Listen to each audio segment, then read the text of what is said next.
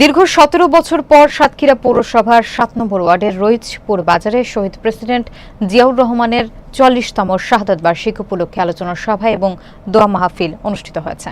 বিস্তারিত থাকছে মোকাররম বিল্লাহ ইমনের তথ্যচিত্রে।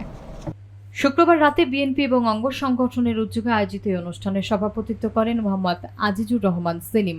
প্রধান অতিথি হিসেবে বক্তব্য রাখেন জেলা স্বেচ্ছাসেবক দলের যুগ্ম আহ্বায়ক মোহাম্মদ মহসিন আলম। তিনি বলেন, বাংলাদেশে সবচেয়ে বেশি রাজনৈতিক নির্যাতনের শিকার হয়েছেন শহীদ জিয়া। আমি যদি ব্যক্তিগতভাবে আপনাদের কারোর সঙ্গে অন্যায় করে থাকি, সে বিচার আপনারাই করবেন। অনুষ্ঠানে প্রধান বক্তা হিসেবে সদর উপজেলা ছাত্রদলের সভাপতি মোহাম্মদ মঞ্জুর আলম বাপ্পি তিনি বলেন, বিগত সময়ে এই এলাকায় গোপনে যারা রাজনীতি করেছে তারা এখন প্রকাশ্যে আসতে চেষ্টা করছে। বিএনপির আদর্শে বিশ্বাসী সকলকে ঐক্যবদ্ধ থাকতে হবে। বিশেষ অতিথি হিসেবে বক্তব্য রাখেন সাতক্ষীরা জেলা যুবদলের সহ সমন্বয়ক মোহাম্মদ আলিমুজ্জামান আলিম, জেলা স্বেচ্ছাসেবক দলের নেতা মোহাম্মদ ইসমাইল হোসেন নীরব, সাবেক সাধারণ সম্পাদক আজিজুল ইসলাম এবং সহসভাপতি রফিকুল ইসলাম।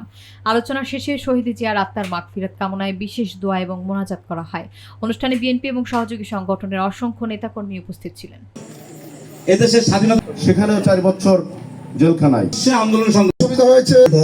দীর্ঘদিন চলার ক্ষেত্রে আমি যেটুকু জানতে পেরেছি যে মহসিন আলম ভাই শুধু তাই নয়, বহুতন্ত্রের যখন বাকশাল প্রতিষ্ঠা হয়েছিল হাল ধরেছে এই বাংলার রাখাল রাজা তার পরিবার।